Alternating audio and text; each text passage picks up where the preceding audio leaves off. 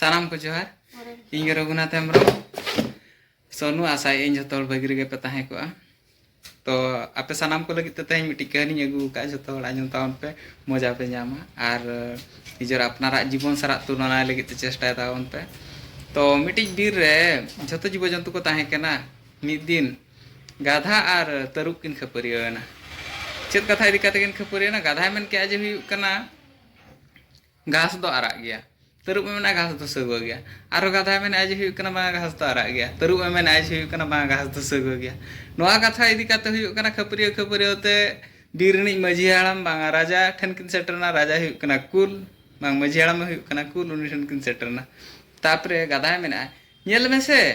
महाराज nail में से मजी बाबा नुई तरुब में आज हुई घास दो सगो गया इन में घास दो आराग गया बाय पतियों आम लई में से मजी बाबा जो हुई प्रकृत घास तो आराग गया से सगो गया मैंने होय आराग गया तापरे जुरे रस्कैना गाधा चेदा से जितकर ना से आजा कथा रे हे हिसित के से जुरे रस्कैना लांदा के आय जुरे रस्कैना तापरे हुई अंडे खन रुवाड़ हेजन परे किछि घणी परे आजा मने बाय शांति लेन ताया ना सड़ा तरुब पोसड़ा आकादिया हापे डांडम होचे जुरी मना होचे और ओना कथा इदी काते दूसरा आरो कुल ठने रुवाड़नते मेताय कना राजा बांग मजी बाबा नुई कु माने नुई तरुब इन अडी जुरे हेरास आकादिया अडी जुरे पोसड़ा आकादिया नोआ रंगो इदी काते कलर इदी काते नुई आम आज कई रेना कुड़े एमाय में बांग डांडम में एंडे खन तरुब को मेताय कना जे हुई कना डांड बांग कई रेना कुड़े को मादे च जे मोड़े दिन उनी ओकोय सला बाय खदा पूरे चुपे तहना तापरे आरो गाधा अडी जुरे कुसीना बार काटाते डिड्डी काते दोन अचुरना लांदा के रस्कैना माने इनते ये दुपुड़ुब रे जितकरना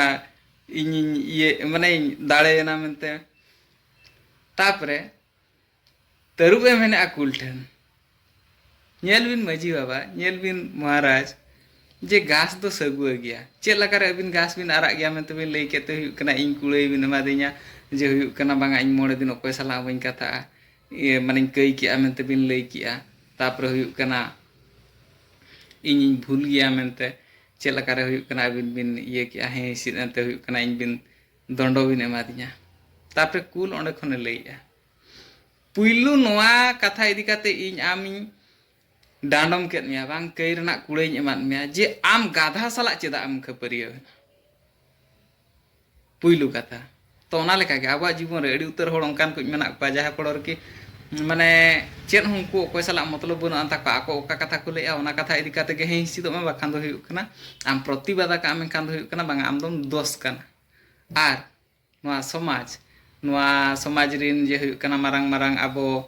माने दायित्व गो होड़ को आम दूषी को मने में चेदा से उनको को खोज आज हुई कना पुइलु आम ओकोय सला मेना मिया ओकोय सला आम जुक्ति तर्क कना आम ओकोय सला आम बेहसिया आम ओकोय सला आम तुड़नाय ओकोय सला आम रापचा कना तेणु ओना लेका गे जे आपे बुझे लगे चेष्टा तावन पे नोआ दो कुल तरुब और गाधा रना कहानी दो बांग कान ताहे नोआ दो आबो समाज रे नित चालू हुकान आबो सामाजिक रिन होड़ समाज रिन सामाजिक वितृष्णा अकोय को सृष्टि उनको होड़ को लगी जे ओंकान कुछ होड़ हो मेना अकोय की चेद हो उनको दो अकोय सला मतलब बाय ताहन ताको बस उनको आको ओका को मेना ओना गे ठीक काना कथा काना मेनते और चलान था वीडियो रे एडी चरक एडी बेस हुई कना आयमा सारहाव पे एमा दिन ते नोआ वीडियो रे ओंका गे सारहाइन पे सानाम को सगुन जोहार।